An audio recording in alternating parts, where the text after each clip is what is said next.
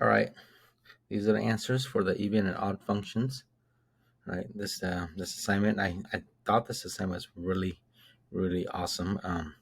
Takes you through a lot of different scenarios with that deals with even and odd. Okay, so number one, indicate which of the following functions are even, which are odd, and which are neither. So really, you just have to look for which ones are even and which ones are odd. Okay, anything else, it's just neither.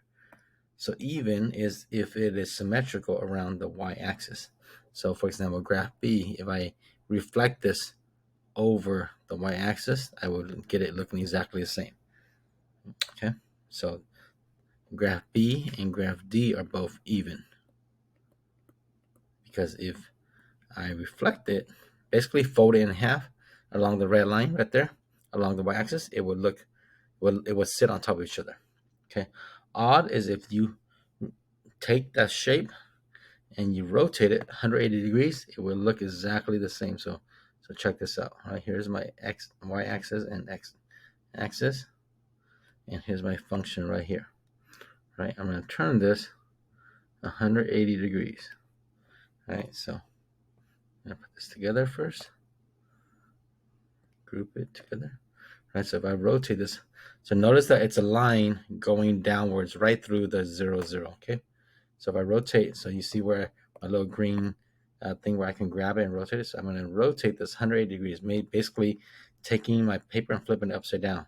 You see that it looks exactly the same. It's a little bit off, but it looks exactly the same.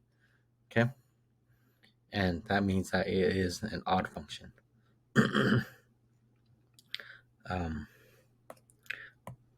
So graph A is odd.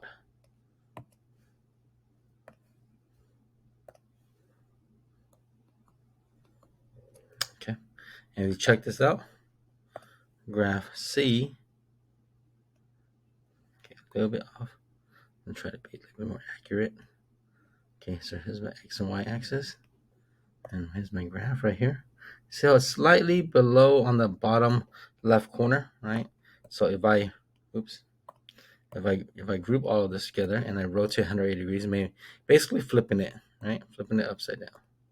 Right, so here's my little green grabber. I'm gonna grab it and put 180 degrees up. Okay, right there, 170 degrees. It's a little bit off, but right there. You see where that red line is? It's not on the bottom left corner. It's on the top right, which means that it's not an odd function. And if you flip it, or not flip it, if you um, split it right down the middle along the y-axis, it's not gonna look the same on either side. So this one is what we're gonna call a neither function. Okay. Algebraically determine whether each function is odd or even. You're gonna have to go and take each one and plug in a negative x. Let's see what happens. All right, so it'll be 3 with a negative x. And I'll just do this for this first one, right? Because the rest of them, I'll do it as I go along. Minus 5. And then instead of x, I'm going to put negative x squared. Oop, that has a 4. And plus 17.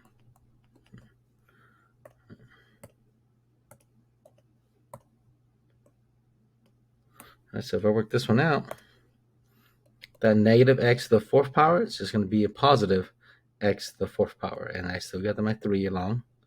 Okay, minus 5. And then negative x to the 2nd power is just going to be x squared plus 17. All right, so that's pretty much it. And if I just compare these two, I compare my final result with my original, you can see that everything looks exactly the same, right? We're talking about the whole thing, right? So 3x to the 4th minus 5x squared plus 17, and the original is 3x to the 4th plus 5x plus 17. It looks exactly the same. So therefore, this first function is even, because even the result will look exactly the same.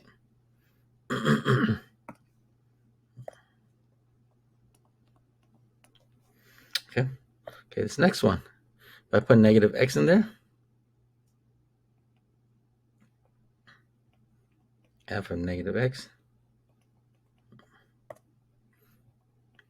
right? And this one's going to be absolute value of negative x. And we know the absolute value of negative x is the same as the absolute value of x, okay, which is also an even function. Okay, because absolute value of negative x is the same as absolute value of x. That one, not so much algebraic. Okay, and we know, like graph D, graph D from above, this is an absolute value function, which is an even function. Okay. C, oh, maybe I should have left that alone. C, we have f of negative x.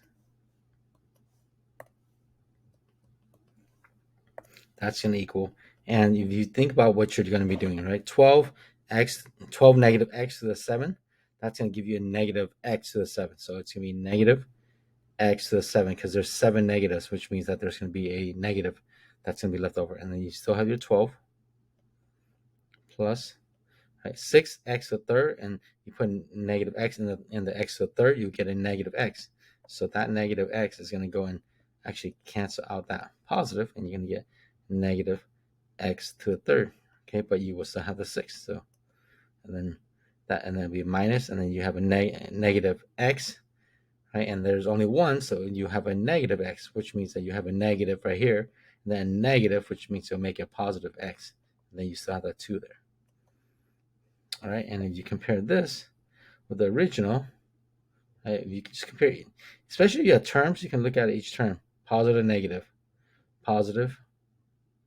negative, right? Negative, positive. So these are all opposites, right? Or you can say, okay, and this is what I was showing you guys in class, you can actually factor out a negative out of each of these terms, and you can call this one negative 12x to the 7 plus 6x to the third plus minus, because I'm taking out a negative, so I'll have a negative minus 2x. And if you compare, I'm going to erase the middle part, you compare these two, okay, you have inside the parentheses is exactly the same, 12x to the 7 plus 6x to the third minus 2x, but it's the opposite. It's the opposite of with everything, so which means that this one is an odd function. Okay, again, if you need to go back and review or rewind it, go for it. Okay, it's a video, you can go back and forth. You might be hearing my voice, it might be a little annoying, but you can go back and forth if you need to. Okay, let me clean this up a little bit.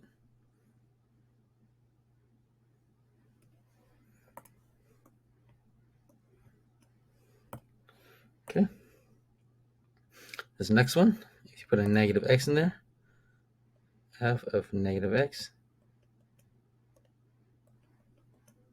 you will get negative 4x to the third, because there's 3 negative x's, which means it's a negative, and then minus 7 doesn't change. And if you compare these two, these are the first term is the opposite, the 4x to the third, negative 4x to the third, but the negative 7s are the same, so which means that it's a mixture between even and odd, which means that this one is a neither. Okay.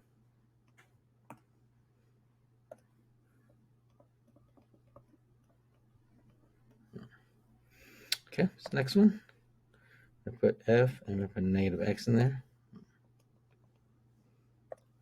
Okay, so x squared, and you put a negative x in there, it's going to come out to be positive x squared. X, if you put a negative x in there, you're going to get a negative x, and then you still have the 2 plus 2. And if you compare each of these, again, same, opposite, right? And same, right? So it's a mixture between same and opposite, which means that this one is a neither.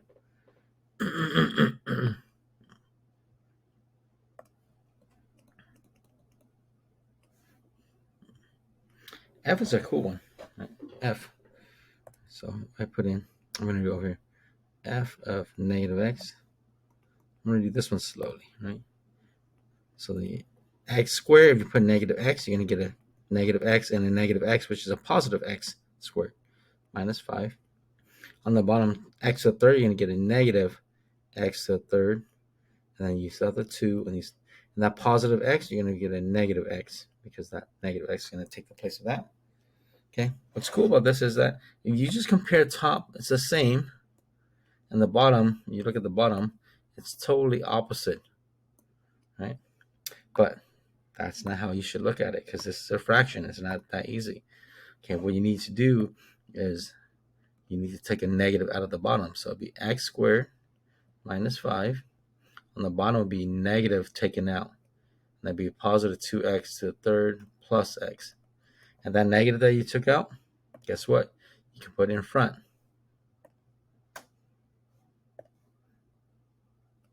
And if you compare, right, if you compare your original one right here to this right here, you see that it looks exactly opposite.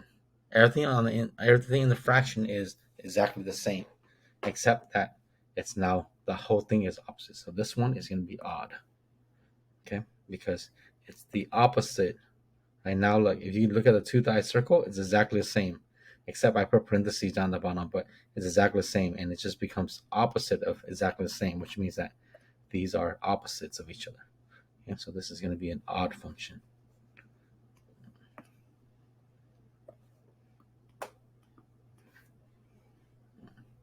Okay, the graphs of an odd function are symmetric about the origin, which geometric property characterizes even functions. And I actually said this a couple times, but even functions are symmetric about the y-axis. You can even call this a reflection.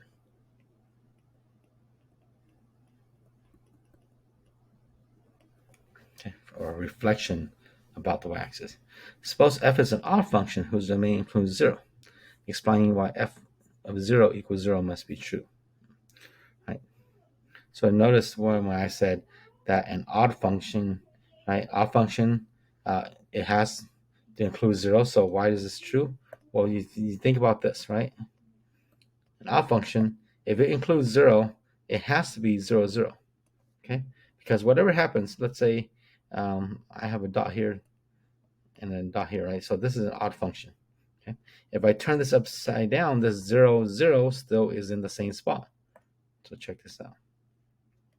So I'm going to go ahead and group this together. Right, if I turn it upside down, right? See how everything's in the same spot? Okay. So it has to be at 0, 0. Now, if I said,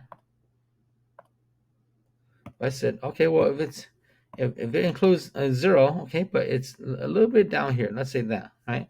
And we want to call that odd, right? So when I group that, and notice where my points are, okay? Okay, there are 2 points there, and then there's a point that's a little bit down, right, and smack in the middle. Okay, that's 0 something, right? X is 0, Y is something else. Now if I rotate this, okay, the two dots on the side are exactly the same spot, but now the one at 0 is actually went up. So that's no longer an odd function because it doesn't look the same. So if it's odd, it has to be 0, 0, if it includes 0. Okay, it doesn't have to include 0, right? So it doesn't have to include 0. I mean, if it's odd, it could not include 0. Right? If it doesn't include 0, it's fine. You know, when you rotate this 180 degrees, you'll still get it the same. Okay, but the question was asking if it includes 0, it has to be 0, 0. See how it looks exactly the same? Watch. See? It looks exactly the same. The two dots are on the top left and bottom right. Okay?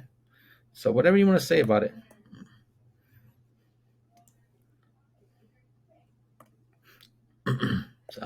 So I don't know why I wrote down my answer, but that f of 0 equals 0. Okay? That 0, 0, that's what f of 0 equals 0 means, must be included. Must be true because of you're symmetric about the origin, right?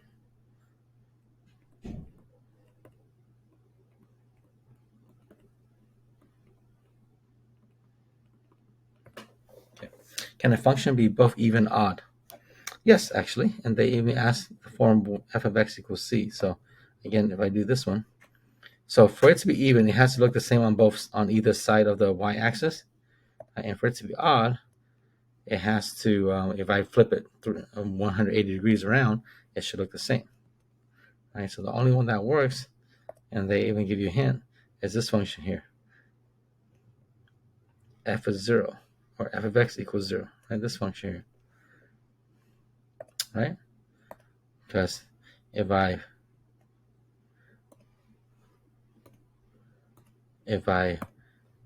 fold it along the middle for reflection, it'll look the same. And if I turn this 300 or 180, so it looks exactly the same.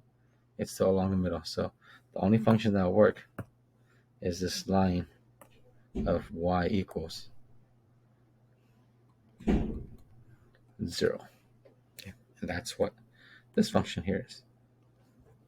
Okay. So can the function be both even and odd? Yes, it's this one.